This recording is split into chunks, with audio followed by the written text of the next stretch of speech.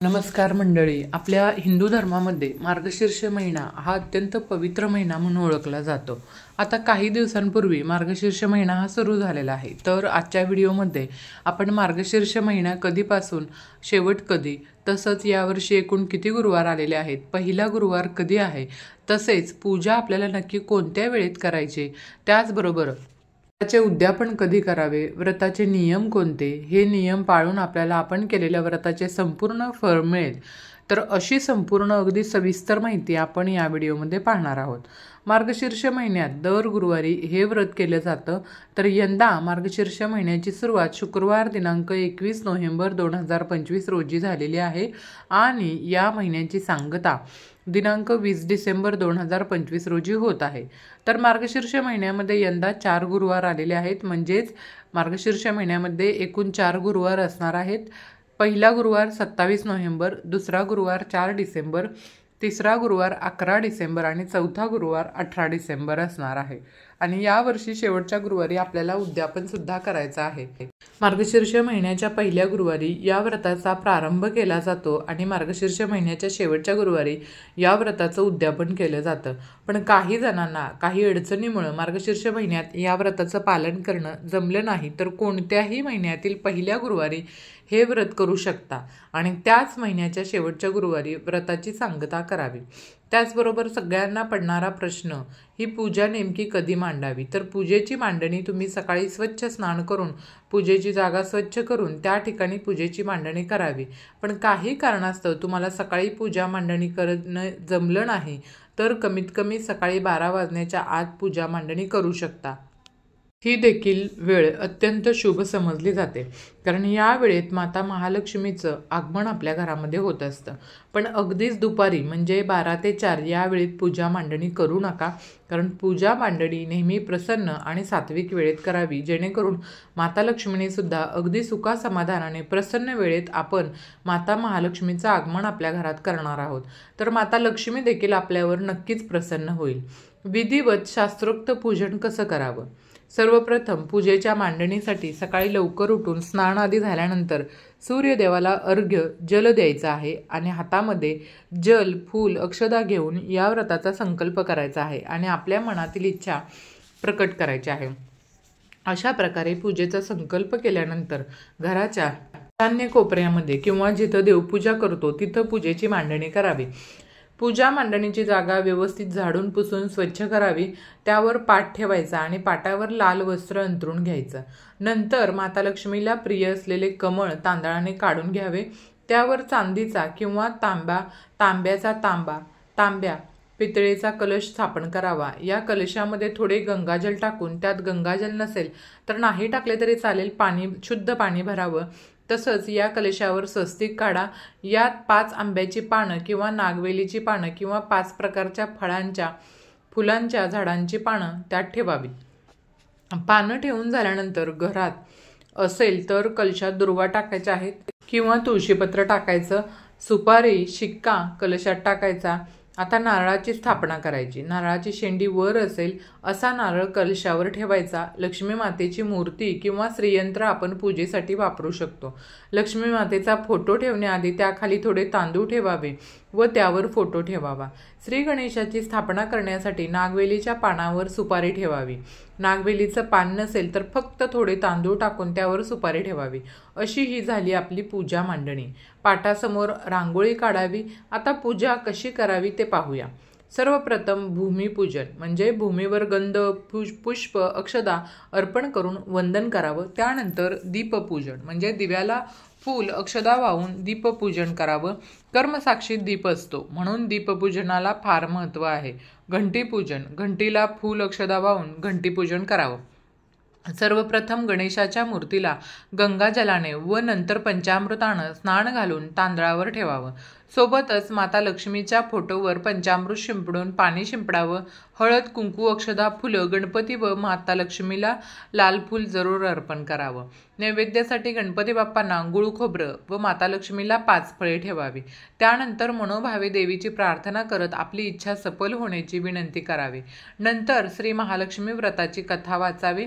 श्री महालक्ष्मी महात्म्य वाचावं. देवीला नैवेद्य अर्पण केल्यानंतर हात जोडून पोतीत छापलेले नमक अष्टक म्हणावं। हे अष्टक म्हणण्यापूर्वी आपल्या मनात जी काही इच्छा असेल ती देवीला सांगून ती फलद्रूप व्हावी म्हणून देवीला मनोभावे विनंती करावी। मग निरांजन ओवाळून आरती करावी। रात्री महालक्ष्मीची पुन्हा पूजा करावी। एखाद्या गोड पदार्थाचा नैवेद्य दाखवावा। गाईला देण्यासाठी एका पानावर गोग्रास काढून तो घास गाईला द्यावा। नंतर कुटुंबातील सर्वांनी भोजन करावं। दुसऱ्या दिवशी पूजेची सांगता करावी। स्नान केल्यानंतर कलशातील ढाळ्या किंवा पानं वेगवेगळ्या 5 ठिकाणी ठेवावीत। कलशातील पाणी झाडांना टाकावं। देवीची स्थापना केलेल्या जागी 3 वेळा हळदी कुंकू वाहून नमस्कार करावा। अशा प्रकारे मार्गशीर्ष महिन्यातील प्रत्येक गुरुवारी श्री महालक्ष्मीची पूजा करावी। मार्गशीर्ष महिन्यातील पहिल्या गुरुवारपासून येणाऱ्या सर्व गुरुवारी हे व्रत न चुकता करावं। तर दरवर्षी हे व्रत केल्यास घरात सुख समृद्धी आनंद येतो आणि त्या घरावर देवीचा वरदहस्त नेहमी राहतो।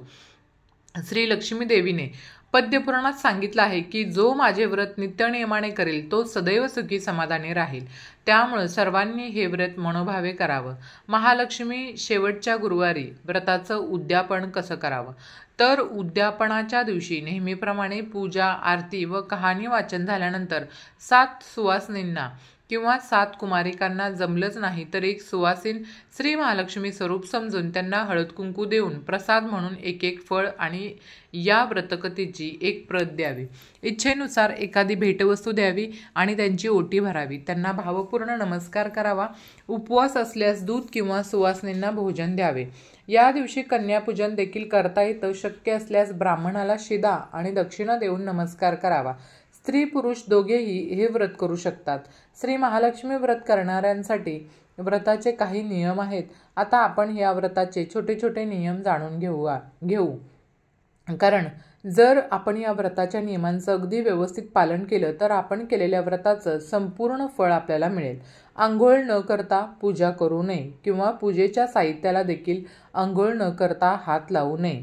बुधवारी सूर्यास्तापासून ते शुक्रवारी सूर्योदयापर्यंत कांदा, लसूण, मांसाहार या गोष्टी खाऊ नयेत। तसंच घाणेरडे किंवा मळकट कपडे घालून पूजेला बसू नये। पूजेला बसताना नेहमी स्वच्छ कपडे परिधान करावे। एखाद्या गुरुवारी आपल्याला काही कारणानं गुरुवारची पूजा करणं जमणार नसेल, जसं की सुतक असेल, मासिक धर्म असेल, या कारणामुळे जर आपण पूजा मांडू शकलो नाही तर त्या दिवशी आपण फक्त उपवास करावा आणि जर मासिक धर्म असेल आणि घरातील इतर व्यक्तीकडून तुम्ही पूजा करून घेऊ शकता। तुम्ही फक्त लांबूनच नमस्कार करावा। पूजेच्या ठिकाणी शिवाशिव करू नये। काही ठिकाणी वर्षभर या व्रताचं पालन करतात तर तुम्ही देखील वर्षभर या व्रताचं पालन निश्चितच करू शकता। मार्गशीर्ष महिन्यातील गुरुवारचं व्रत कोण करू शकतं? तर हे व्रत गुरुवारचं अगदी कोणीही करू शकतं। कुमारिका मुलींपासून ते विवाहित स्त्री पुरुष सर्वजण या व्रताचं पालन करू शकतात। तर हे व्रत दिवसभर उपवास करून केलं जातं। या व्रतामध्ये तुम्ही उपवासाचे लागणारे पदार्थ जसं की साबुदाण्याची खिचडी, भगर, फलाहार, दूध, चहा, कॉफी यासारखे पदार्थ खाऊन हा उपवास करू शकता किंवा फक्त केळी, दूध, फळं खाऊन आणि संध्याकाळी माता महालक्ष्मीची पूजा करून पूजेमध्ये महालक्ष्मीची व्रतकथा आवर्जून वाचली जाते आणि नैवेद्य अर्पण केला जातो आणि मग हा उपवास सोडला जातो।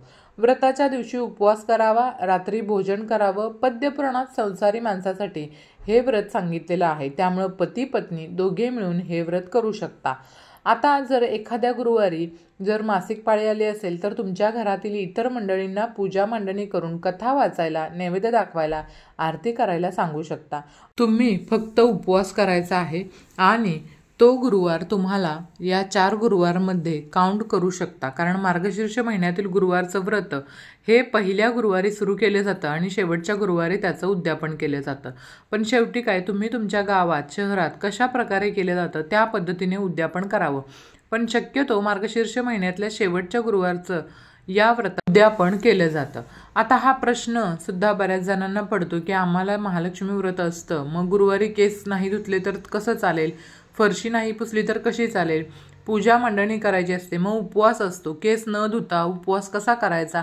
तर बघा, गुरुवारी जर आपण केस धुतले गुरुवारी जर आपण फरशी वगैरे पुसली तर असं म्हटलं जातं की दुर्भाग्य दरिद्री आपल्या घरामध्ये येते आणि आपण हे व्रत कशासाठी करतोय की माता लक्ष्मीची आपल्यावर कृपा व्हावी आणि धनधान्यानं आपलं घर भरून राहावं आणि एकीकडे तुम्ही माता लक्ष्मीची कृपा व्हावी म्हणून व्रत करताय आणि फरशी पुसताय, डोक्यावरून स्नान करताय, तर हे पूर्णपणे चुकीचं आहे. मग तुम्ही काय करू शकता की आदल्या दिवशी डोक्यावरून स्नान करायचं, म्हणजे बुधवारी डोक्यावरून स्नान करायचं, बुधवारीच फरशी वगैरे सगळी पुसून घ्यायची आणि गुरुवारी काय करायचं, जिथे पूजा मांडणी करायची आहे फक्त ती जागा पुसून घ्यायची आणि त्या जागेवर पूजा मांडणी आपल्याला करायची आहे.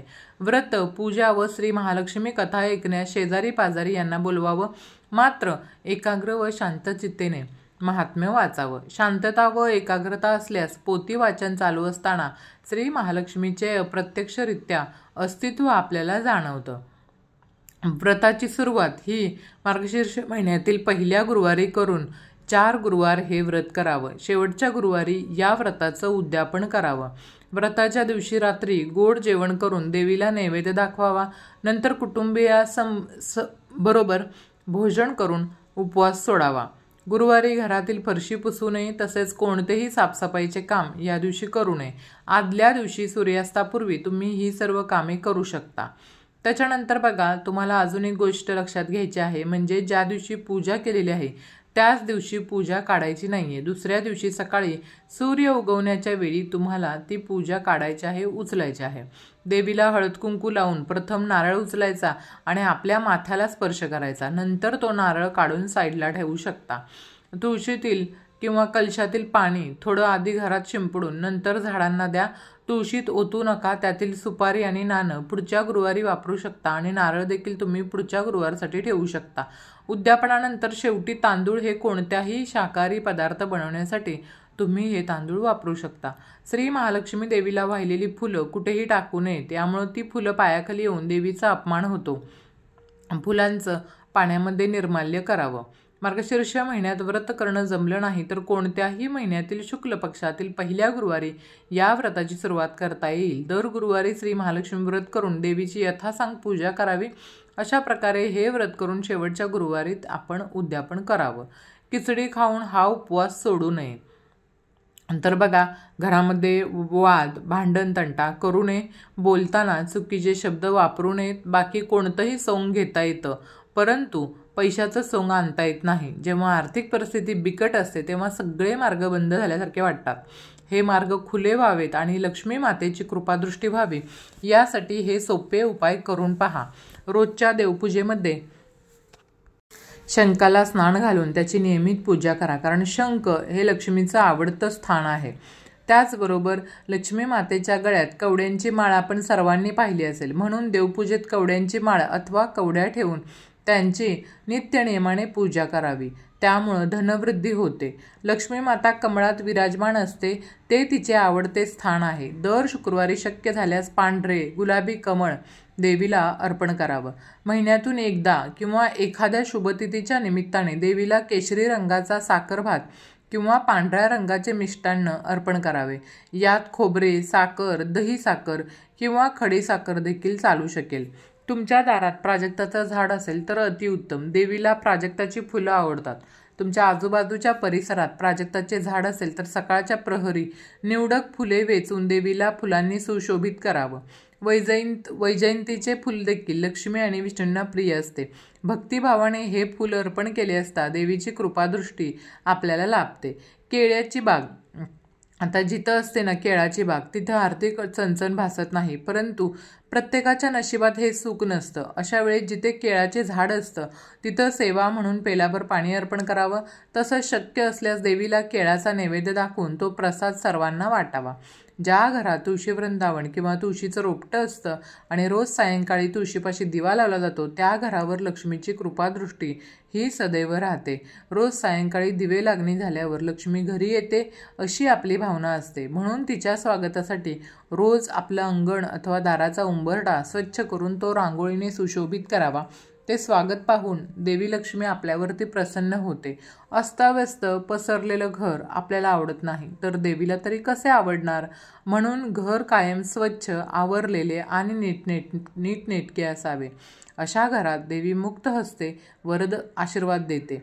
जी व्यक्ती आपल्या कुटुंबातील तसेच समाजातील सर्व स्त्रियांचा आदर करते त्या व्यक्तीवर देवीचा विशेष वरदहस्त असतो. असं म्हटलं जातं की गुरुवारी पती पत्नीने आपापसात भांडण करू नये, त्यामुळं घरात अशांतता निर्माण होते. गुरुवारी चुकूनही नखे कापू नयेत. या दिवशी केस कापणं, नखे कापणं या सर्व कामांमुळे लक्ष्मी माता आपल्यावर नाराज होऊ शकते. मार्गशीर्ष महिन्यातील गुरुवारमध्ये मासिक पाळी आली असेल तर एक गुरुवार जास्त पकडावा. ज्या गुरुवारी मासिक पाळी आली असेल तो गुरुवार उपवास करावा, परंतु गुरुवार मोजू नये असे काही ठिकाणी म्हटलं जातं. पण याचं कारण मी तुम्हाला वरती सांगितलेलं आहे. कारण गुरुवारच्या दिवशी अन्नदान करून गरिबांना मदत केल्यानं माता लक्ष्मी आपल्यावर कृपा करते आणि आपल्याला अन्नदानाचं पुण्य देखील मिळत असतं.